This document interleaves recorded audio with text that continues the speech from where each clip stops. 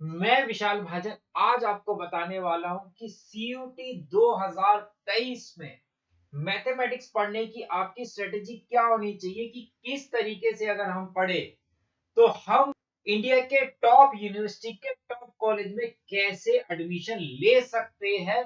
यहाँ पे बोलूं कि 200 में से 200 मार्क्स कैसे अचीव कर सकते हैं, आज की वीडियो में आपको बताने वाला हूं। उसके लिए हमें बहुत सारी चीजें पता होनी चाहिए, हमारे सिलेबस में क्या है, हमारा क्वेश्चन पेपर किस तरीके से आने वाला है, कैसे हमें एग्जाम देना, ये सारी बातें हमें पता होनी बहुत ज्यादा जरूरी है। इसलिए वीडियो को लास्ट तक देखिएगा और चैनल पर नया है तो सब्सक्राइब जरूर कर लिएगा ताकि जितनी भी वीडियोस मैं आपके लिए लेके उसका नोटिफिकेशन तुरंत आप तक पहुंच जाए। सबसे पहले बात करते हैं डोमेन सब्जेक्ट। आपको पता होगा, अगर मैं दिल्ली यूनिवर्सिटी का एग्जांपल दूं, आपको चाहे बीएससी करनी है, चाहे आपको कॉमर्स के सब्जेक्ट में जाना है, आप साइंस के स्टूडेंट है, आपको आर्ट्स लेनी है, लेकिन एग्जाम जो आपको देना पड़ेगा वो आपके डोमेन सब्जेक्ट्स का ही देना पड़ता है।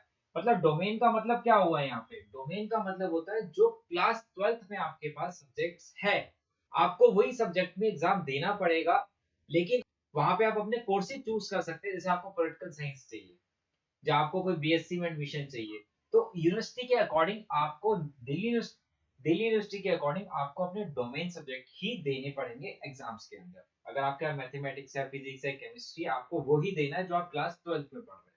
सबसे पहले बात करते हैं कि सर एग्जाम पैटर्न क्या रहने वाला है, हमारे पास किस तरीके से एग्जाम आएगा, कैसे हमें एग्जाम को देना है, ये सारी बातें हमारे दिमाग में रहती है। सबसे पहले यहाँ पे बात करूं एग्जाम पैटर्न की, तो हमारे पास ये सबको पता है कि एमसीक्यू क्वेश्चंस आते हैं, तो ऑब्जेक्टिव टाइप क्वेश्चंस आने वाले हैं।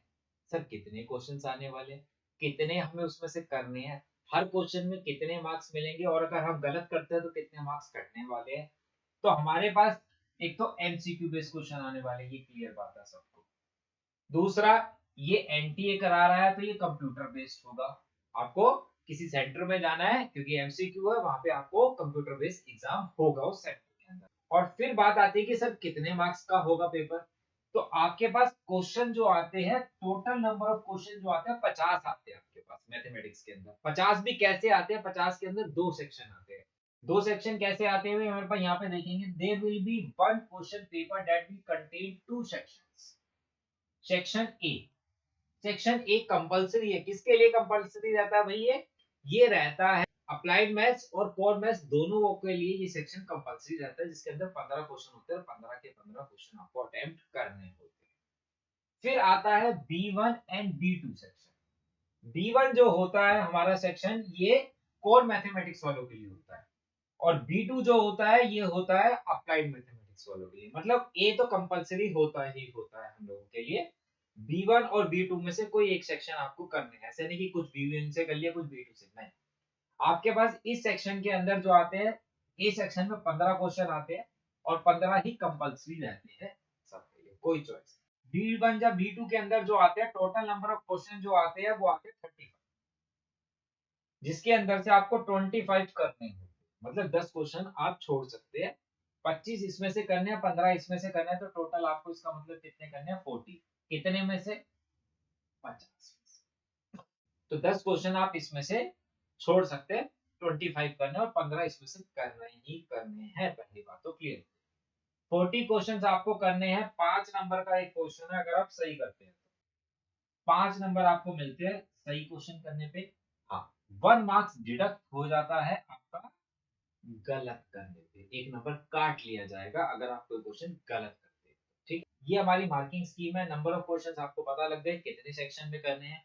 उसके बाद आता है सर कितना टाइम मिलेगा, सिर्फ और सिर्फ मात्र आपको 45 मिनट्स मिलने वाले हैं 40 क्वेश्चन करने के लिए। मतलब कि 1 मिनट एवरेज अगर हम लगा ले तो सिर्फ और सिर्फ 1 मिनट हमें मिलने वाला है एक क्वेश्चन, वो भी क्लास 12th का मैथ्स का क्वेश्चन करने के लिए सिर्फ 1 मिनट मिलने वाला है।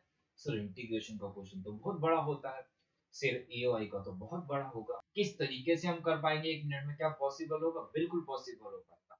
जरूरी कि बहुत बड़े क्वेश्चन है, लॉजिकल करनी है आपको चीजें, कॉन्सेप्ट आपका क्लियर होना चाहिए, प्रॉपर्टीज आपको हर एक चैप्टर की क्लियर होनी चाहिए, और ज्यादा से ज्यादा एमसीक्यू आपको करने पड़ेंगे। इस टाइम में आप 200 मार्क्स आराम से अचीव कर सकते हैं। ऑलरेडी हमारे स्टूडेंट्स 100 परसेंटाइल लेके आए हुए हैं लास्ट ईयर में, जिन्होंने इस पेपर को लास्ट ईयर दिया था और इंडिया की टॉप यूनिवर्सिटीज के टॉप कॉलेज में अनअकैडमी के बच्चे ऑलरेडी पढ़ रहे हैं। अब बात आती है कि सर बेस्ट बुक क्या रहेगी और सिलेबस कैसे करना है। देखिए यहाँ पे अगर बात करूं तो मैंने यहाँ पे 70-30 रेशो लिखी है। 70-30 रेशो का मतलब क्या है? 70-30 ऑलरेडी आप पढ़ चुके हैं क्लास 12 के अंदर, क्योंकि 30% तो सिलेबस क्या था भाई, डिलीट था, वो हमने नहीं पढ़ा हुआ सर। लेकिन अभी आप 70% सिलेबस पढ़ रहे हैं, तो सबसे ज्यादा आपको अभी के लिए बात करी जाए तो इन 2 से 3 महीने तक, मार्च तक, आपको इस पे पूरी जान लगानी है। क्लास 12 के अंदर आपको इसको पूरा अच्छे से करना है। और 30% सिलेबस भी ऑलरेडी हमारा बैच स्टार्ट हो चुका है, आराम बैच यूट्यूब के ऊपर, जो कि बिल्कुल फ्री है। उसमें भी मैं ये सिलेबस आपको कराने वाला हूँ, जितना भी डिलीट है। तो पहले आपको ये बहुत अच्छे से करना है, तो बाकी कितना बच जाएगा? 30% ही तो बच जाएगा। लेकिन बात आती है सर, अभी तो आपने बोला कि ये एमसीक्यू पेपर आने वाला है, लेकिन अभी तो हम ज्यादातर जो है सब्जेक्टिव की तैयारी कर रहे हैं।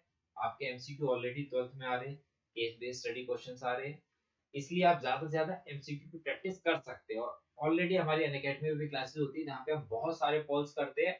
वहां पे भी आपको एक तो कंप्यूटर पे देने की आदत पड़ जाती है, ठीक है, और वहां पे हम बहुत सारी पॉल्स और क्विज लाइव क्लास में आपको कराते हैं, तो उससे भी आपको जल्दी से जल्दी क्वेश्चन फिनिश करने की आदत पड़ जाती है, इसलिए क्लासेस में जरूर आए कीजिए सर। लेकिन बेस्ट बुक के बारे में बात करें तो कौन सी बुक से हमें करना चाहिए? क्या एनसीईआरटी इनफ रहेगी हमारे लिए, या कुछ और करें? देखिए अभी बात कर रहा था मैं 70%। एनसीईआरटी बात आती है कि सर एनसीईआरटी में तो सब्जेक्टिव है, हमें तो पेपर करना है ऑब्जेक्टिव के लिए। चाहे आप सब्जेक्टिव कर रहे हैं कि ऑब्जेक्टिव कर रहे हैं, सबसे पहले मैंने क्या बोला, आपको कॉन्सेप्ट क्लियर, आपके पास प्रॉपर्टीज फॉर्मूलाज आपको याद होने चाहिए, टिप्स पे होने चाहिए। वो कहाँ से सीखेंगे? एनसीईआरटी से। सिलेबस के बारे में कैसे पता लगेगा? एनसीईआरटी से, ताकि हम उससे भाग ना जा। हमें एमसीक्यू करने, ऐसा क्वेश्चन आएगा जो 1 मिनट में कंप्लीट हो जाए, तो हमें एनसीईआरटी के बारे में बहुत ज्यादा अच्छे से पता होना चाहिए। ऐसा होना चाहिए कि भाई बेस्ट फ्रेंड है, मुझे सब आता है एनसीईआरटी में से। तो ताकि आप ज्यादा से ज्यादा एमसीक्यू भी जब प्रैक्टिस करेंगे तो कॉन्सेप्ट भी एनसीईआरटी का लगेगा, प्रॉपर्टीज भी एनसीईआरटी की लगेगी और फॉर्मूला भी एनसीईआरटी से ही लगेगा। तो आपको सबसे पहले तो एनसीईआरटी, और फिर आते हैं कि सर एनसीईआरटी तो कर ली चलो, लेकिन एमसीक्यू की कैसे प्रैक्टिस करें? एमसीक्यू अगर आप इस चैनल पर रहेंगे तो मैं आपको बहुत सारे एमसीक्यू की प्रैक्टिस कराने वाला हूँ। बहुत सारे असाइनमेंट्स भी मैं आपको एमसीक्यू के दे दूंगा।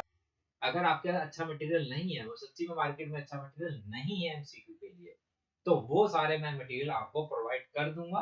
आप इस चैनल में बने रहे, और टेलीग्राम ग्रुप भी ज्वाइन कर लीजिएगा वीएम सर मैथ्स क्लासेस का, वहां पे भी आपको असाइनमेंट्स मिल जाएंगे एमसीक्यू। क्या सर एनसीईआरटी एग्जाम्पल करना चाहिए? कर सकते हो तो बिल्कुल कर ले, लेकिन अभी 12th के जब तक एग्जाम नहीं हो जाते तब तक नहीं, क्योंकि उसमें बड़े कंफ्यूज हो जाते हैं कि ये नहीं पता चलता कि डिलीट कौन सा है और कौन सा डिलीट नहीं है, क्योंकि अभी आपको 12th के एग्जाम देने हैं। तो ऐसा ना हो कि आप गलत चीजें पढ़ने लग जाए क्लास 12th के लिए, सीयूटी में तो सब आना है, ठीक है।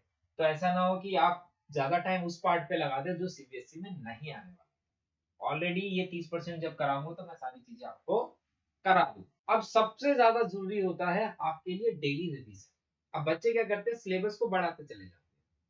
फर्स्ट चैप्टर हो गया, सेकंड हो गया, थर्ड हो गया, 10 हो गए, 11 हो गए, 12 हो गए, लेकिन रिवाइज नहीं। जिससे क्या होता है, हम 13 चैप्टर पे तो पहुंचते हैं, लेकिन पीछे के 4 चैप्टर जीरो हो जाते। तो आपके पास सबसे पहला फंडा, क्योंकि अभी एग्जाम में 4 महीने है लगभग लगभग, आपको डेली रिवीजन करनी है, ठीक है, फॉर्मूलाज की, प्रॉपर्टीज की। उसके बाद आपको ज्यादा से ज्यादा एमसीक्यूज लगाने हैं, वो भी चैप्टर वाइज। पहले आपको लगाने चैप्टर वाइज। मिक्स की सीरीज हम बाद में लेके आएंगे कि जब हम सारे सिलेबस के मिक्स आपको कराएंगे, ठीक है। लेकिन पहले आपको क्या करना है, पकड़ बनानी है हर चैप्टर के ऊपर। छोटे से छोटे कॉन्सेप्ट से लेके बड़े से बड़े कॉन्सेप्ट पे आपको एमसीक्यू आने चाहिए, और 1 मिनट के अंदर आपको वो करने आने चाहिए कि कौन सी प्रॉपर्टी कहाँ अप्लाई हो रही है।